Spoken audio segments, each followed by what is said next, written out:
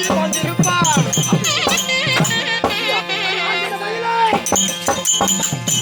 கண்ணீரோடு காலம் நீ வாழ்ந்திட மயிலே.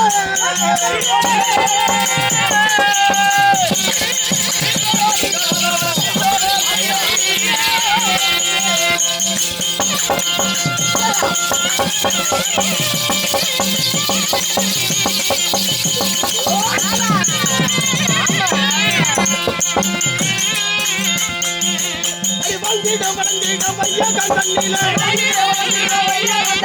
வளர்ந்திடம் ஐயா கந்தனிலே. என்னால சுகமக்கு இன்பமா தேவி கணவனே கண் கண்ட தெய்வம் என்று சொல்லி என் பாதத்தை படுத்தபடினால் என்றென்று சுகமற்று வாழ்வீர். அப்படியா? ஆமா.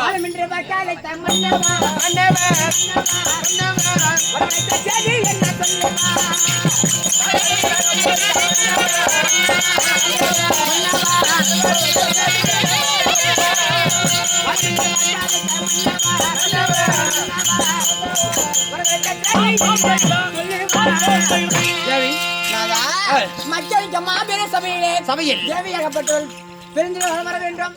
தம்பி வர வேண்டும் அப்படி என்று சொல்லி எங்களை வரவழைத்தீங்களே. ஏன் அழைச்சீங்க? எதுக்கு அழைச்சீங்க? அந்த காரணத்தை சொல்லுங்க. சொல்ல வேண்டுமா? பெண்ணே, எனக்கு ஆசையாகுதே தேவி, எனக்கு ஆசையாகுதே.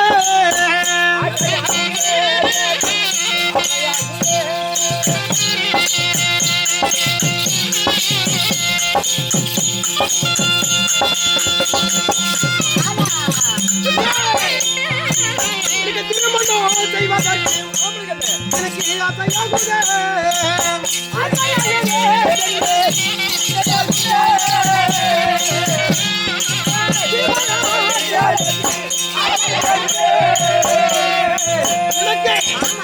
திருமணம் செய்வதற்கு எனக்கு ஆசையாகுதே.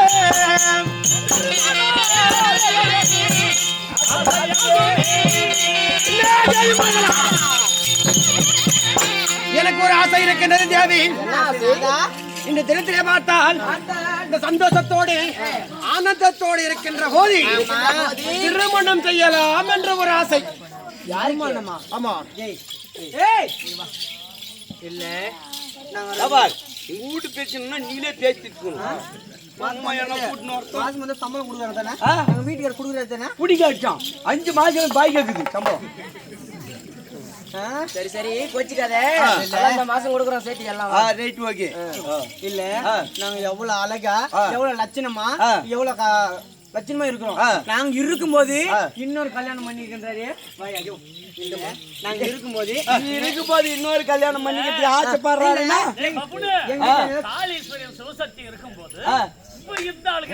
அதான இவ்வளவு அழகா இருக்குதுங்க பொண்ணுங்க. மறுபடியும் இன்னொரு கல்யாணத்துக்கு சேர்றாருன்னா இவனுக்கு தலைகாணி மந்திரம் போட தெரியல. அப்படி கிடையாது. திருமணம் என்றால் எனக்கு அல்ல. திருமணம் எனக்குடா. எனக்கு கல்யாணம். கல்யாணமா கல்யாணம் உனக்கு எனக்கு கல்யாணம் உனக்கு எனக்குமா சொன்னது அவ்வளவு ஐடியா. இப்பதான் திருப்தி. திருமணம் என்பது உனக்கு கிடையாது, எனக்கும் இல்லை. நம்ம மகனாக விளங்கக்கூடியவன் இலக்கண குமாரனுக்கு 16 வயது பருவநிலை வந்து விட்டான். அவனுக்கு திருமணம் செய்ய வேண்டும். ஓ சரிங்கநாதா. நம்ம இருப்பது எத்தனை தேசம்? அவனி 56 தேசம். அவனி 56 தேசம். உண்மை. நம்மளுக்கு சரி சமமாக நம்மளுக்கு பணம் நம்ம எவ்வளவு வசதி இருக்குதோ அதுக்கு சம வசதி படைச்சுங்க. நமக்கு ஏத்த சம்பந்தி யாரு? யாரோ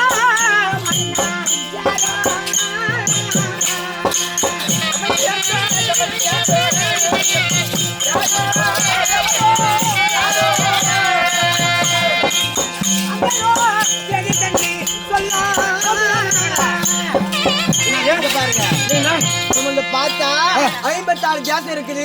இல்ல நம்ம இருட்டு இல்லாத பொருளே இல்ல, இல்லாத பணமே இல்ல, அனைத்தும் இருக்குது. நம்ம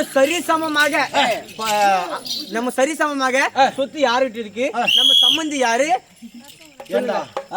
எனக்கு தான் ஒண்ணுமே எங்க பெண்ணு பார்ப்பதே யாரிடத்தில் கேட்பாளே என்று ஒன்றும் புரியாமல் மனைவிடத்தில் கேட்டால் அவளுக்கு ஒரு யோசனை இருக்குன்னு சொல்லி மனைவியை கூப்பிட்டு கேட்டேன்.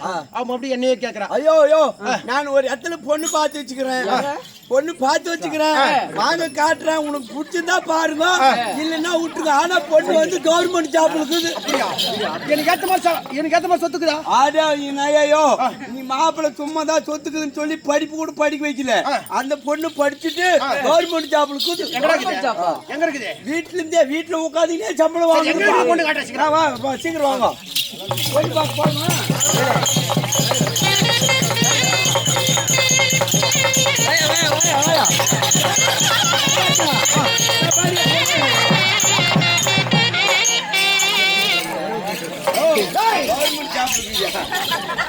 அந்த பொண்ணு கிடையாதா?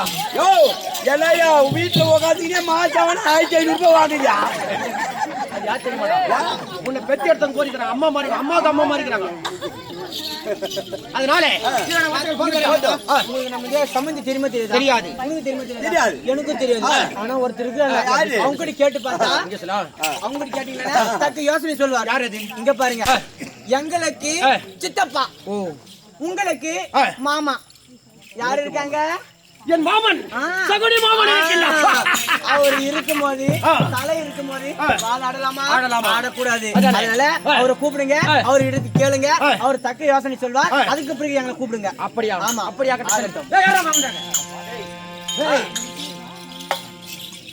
என் மாமன் சகனி மாமன் மாடத்தை கற்ற மணிவிளக்கு என்னை வாழ வைக்கிற தெய்வமே அவர்தான். என் மாமன் இல்லை என்றால் நான் இல்லை. என் மாமனை அழைத்து மாமனத்தில் ஆலோசனை கேட்டால் மாமன் தகுந்த ஆலோசனை உரைப்பார். நேராக ஓட்டோட சென்று